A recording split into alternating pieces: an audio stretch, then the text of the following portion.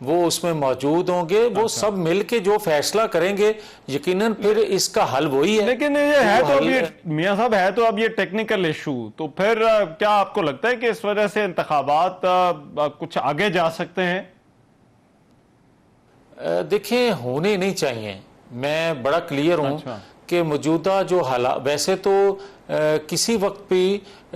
وقت سے آگے الیکشن نہیں جانے چاہیے، مگر جو آج کے پاکستان کے حالات ہیں ان حالات میں اگر الیکشن کو آگے لے کر جائیں گے یا کسی وجہ سے آگے چلے جاتے ہیں تو اس سے یقیناً ریاست کو نقصان ہونے کا اندیشہ ہے. اس لیے میں یہ سمجھتا ہوں بطور ایک سیاسی کارکن کے کہ الیکشن جتنی جلد ہو سکیں ہونے چاہیے، تاکہ ایک تقسیم جو کر دی گئی ہے قوم کی، اور اس میں بڑا کردار ہے پچھلے 4 سالوں میں اور خاص طور پر ان 15 ماہ میں بھی، وہ ایک فریش مینڈیٹ کے بغیر آپ قوم کو یونائٹ نہیں کر سکتے، قوم کو متحد نہیں کر سکتے. قوم کو متحد کیے بغیر جتنے چیلنجز ہیں ریاست کو، ان کو آپ ڈریس بھی نہیں کر پائیں گے. ٹھیک ہے، لیکن میاں صاحب اس پہ یہ بتائیے گا، اب حکومت بڑی برق رفتاری کے ساتھ جو ہے وہ قانون سازی کر رہی ہے، قوانین بن رہے ہیں اسمبلی میں، اور پھر ایسی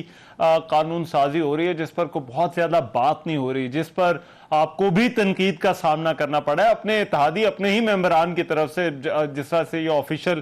سیکرٹ ایکٹ کے معاملے پر ہوا. اب یہ کیوں ہو رہا ہے؟ دیکھیں رحمان، جہاں تک تعلق ہے کہ بڑی تیزی سے قانون سازی ہو رہی ہے،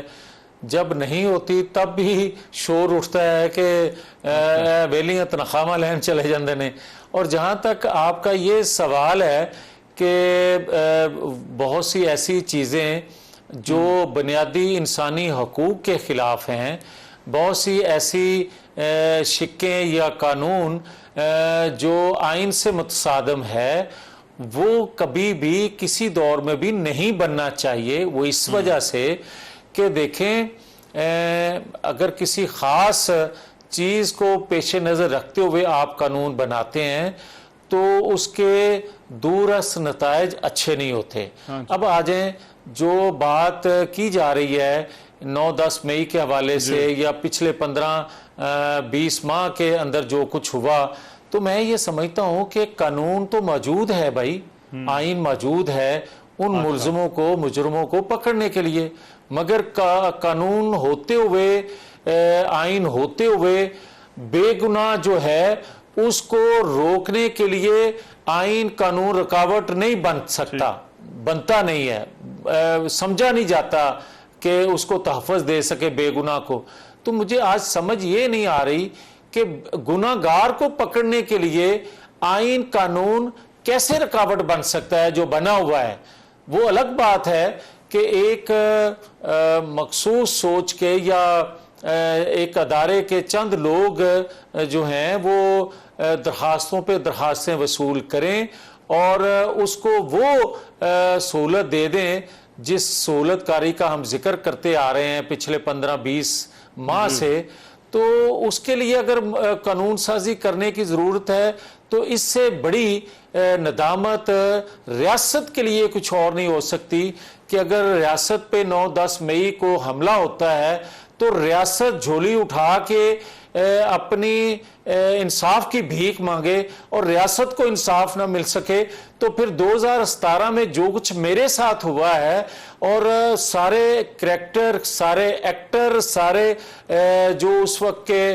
لوگ تھے ان کا اقرار جرم کرنے کے باوجود بھی مجھے انصاف نہیں مل رہا تو میں تو پھر خاموش ہو گیا ہوں کہ اگر میری ریاست کو انصاف نہیں مل سکتا تو میں کس بات کی مولی ہوں. پرابلمیٹک ہے کہ جب قانون نہیں بھی تھا تو پھر بھی اس کا اس طرح سے استعمال ہوا. اب قانون ہی اگر سخت ہو گیا تو پھر اس کا استعمال کس طرح سے ہوگا؟ یہ جو قانون کا استعمال ہے اب اسی پر تو بات ہو رہی ہے، اسی پر تو تنقید ہو رہی ہے کہ یہ چیز پرابلمیٹک ہو سکتی ہے آپ لوگوں کے لیے بھی. میں آپ سے پورا اتفاق کرتا ہوں کہ جب قوانین اتنے سخت نہیں بھی ہوتے تو آپ بے گناہ کو جس کے جو آپ کو پسند نہیں ہوتا چہرہ، جو آپ کو سوچ پسند نہیں ہوتی، جو آپ کو ترقی پسند نہیں ہوتی، تو آپ اس قانون کے آڑ میں جو کچھ کرتے ہیں بے گناہ کے ساتھ وہ ناقابل بیان ہے. تو اگر آپ گناہگار شخص کو پکڑنے کی آڑ میں نئے قوانین بنائیں گے تو پھر گردن دوبارہ پیش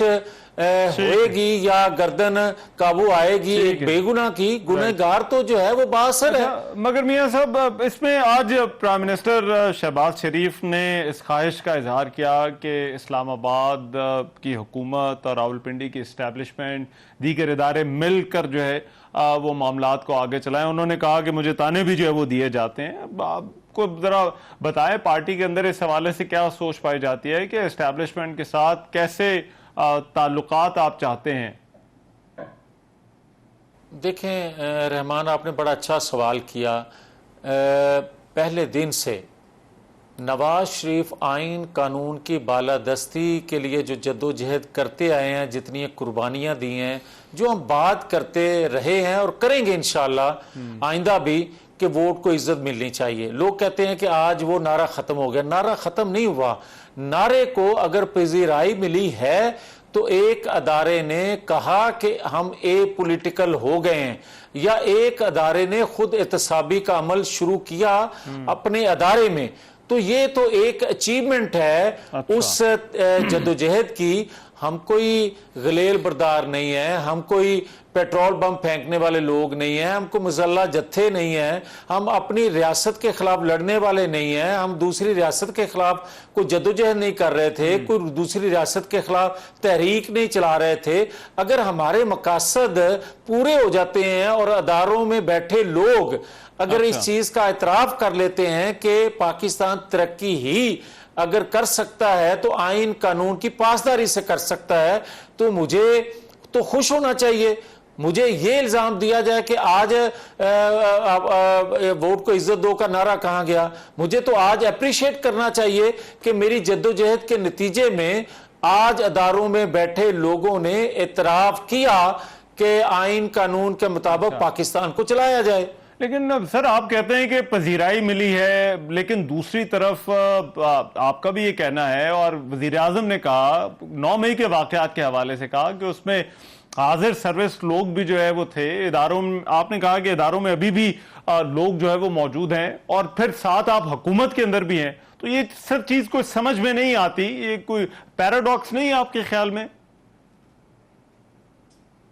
نہیں رحمان، جو آپ نے کوٹ کیا وقت کے پرائم منسٹر کو، تو آپ نے کہا کہ وہ بھی کہتے ہیں کہ 9-10 مئی کے واقعے میں سہولت کاری جو ہے حاضر سروس یا ریٹائر لوگوں نے دی. تو پھر میں کیا غلط کہہ رہا ہوں یا ہم کیا غلط کہتے تھے؟ پوری جماعت کیا غلط کہتی تھی؟ تمام پولیٹیکل فورسز کیا غلط کہتی تھی کہ اس کو سہولت کاری میسر ہے؟ اور آج بھی جو ہم بات کر رہے ہیں، آج بھی ایک ادارے میں بیٹھے کچھ لوگ جو ہیں اس کو سہولت کاری دے رہے ہیں، جس کی وجہ سے کچھ لوگ جواز بناتے ہیں کہ نئی قانون سازی کی جائے اس کو گرفت میں لانے کے لیے. مگر یہ کوئی نہیں بات کرتا کہ جہاں غلطی ہے، جس ادارے میں بیٹھ کے چند لوگ اس کو سہولت کاری دے رہے ہیں، بات تو وہاں کرنی چاہیے، نہ کہ یہ کرنا چاہیے کہ جو کمزور لوگ ہیں ان کی پکڑ کے لیے مزید قوانین سخت کر دیے جائیں، اور جو گناہگار ہیں جہاں سے ان کو تحفظ ملتا ہے، جہاں سے ان کو سہولت کاری ملتی ہے، وہاں کوئی ڈریس ہی نہ کرے ان چیزوں کو.